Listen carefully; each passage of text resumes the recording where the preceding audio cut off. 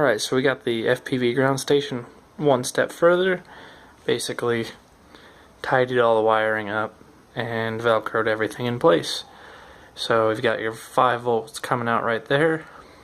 Hopefully video come down here, go into the monitor and poke a hole through here for the antenna, and then we'll have FPV, which I've had the transmitter and receiver as well as the camera ordered for a couple days now. So let's move on to the quadcopter. Isn't that nice? Look at that gloss. You can see that picture on the wall if you look in the reflection. That's just crazy. That's 6 coats of gloss enamel paint. I also added a little bit of landing gear, just 1/8 inch dowel rod and some hot glue, and it does take quite a beating. I have dropped this directly on the landing gear a couple of times, and if it does break, a little hot glue goes back together.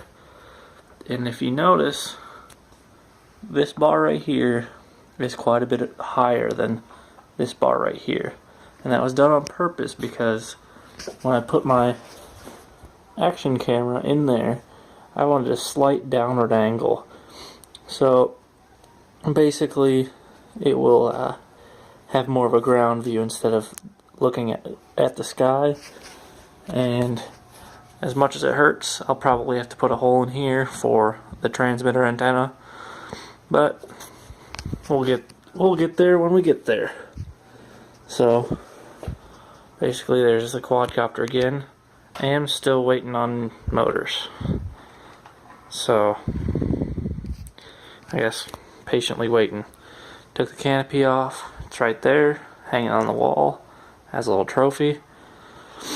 So, and I've got my workstation a little bit more organized, a little bit better equipment.